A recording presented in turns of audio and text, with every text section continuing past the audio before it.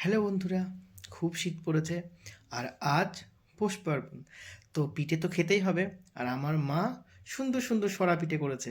দেখো কত সুন্দর হয়েছে।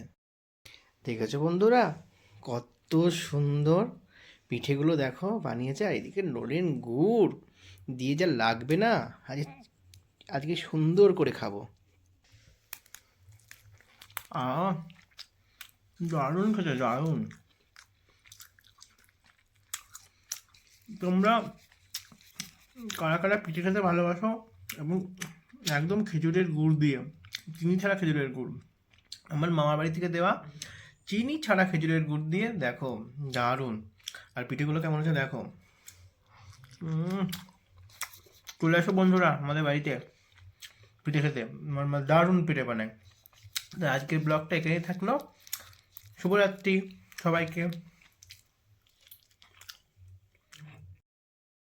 আর যারা যারা পিঠে খেতে ভালোবাসো, যারা প্লিজ আমার পাশে থাকো, আমার চ্যানেলটা সাবস্ক্রাইব করে দিও আর লাইক করে দিও। অবশ্যই যারা পিঠে খেতে ভালোবাসো, ধন্যবাদ সবাইকে। অবশ্যই কিন্তু শেয়ার সাবস্ক্রাইব করে দিও, এই পিঠের জন্য বললাম।